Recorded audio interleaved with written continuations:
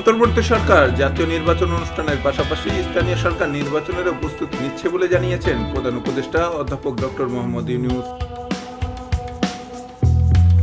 বুধবার রাষ্ট্রীয় ভবন যমুনায় প্রধান উপদেষ্টার সঙ্গে সাক্ষাৎ করতে আসেন ইউরোপীয় বিনিয়োগ ব্যাংকের ভাইস প্রেসিডেন্ট নিকোলা বিয়ার। এ সময় নিকোলা বিয়ারকে এ তথ্য জানান ডক্টর মোহাম্মদ ইউনূস। সাক্ষাতে অধ্যাপক ইউনূস পরবর্তী জাতীয় নির্বাচন এবং স্থানীয় সরকার নির্বাচন নিয়ে অন্তর্বর্তী সরকারের পরিকল্পনা সম্পর্কে বিস্তারিত জানান।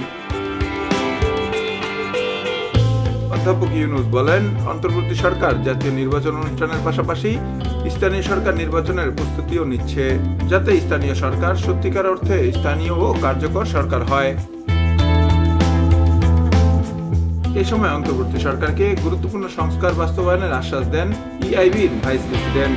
একই সঙ্গে এই সরকারের সংস্কার এজেন্ডাকে সমর্থন করারও কথা জানান তিনি। সাক্ষাৎকালে প্রধান উপদেষ্টার বিশেষ দূত লুৎফি সিদ্দিকী, বিটার চেয়ারম্যান আসিফ মাহমুদ চৌধুরী, প্রধান উপদেষ্টার কার্যালয়ের এসডিজি বিষয়ক সিনিয়র সচিব লামিয়া মোরশেদ, ইআরডি সচিব শাহরিয়ার কাদের সিদ্দিকী এবং ইইউ রাষ্ট্রদূত মাইকেল মিলার সহ অন্যান্য বিশিষ্ট ব্যক্তিবর্গ উপস্থিত ছিলেন।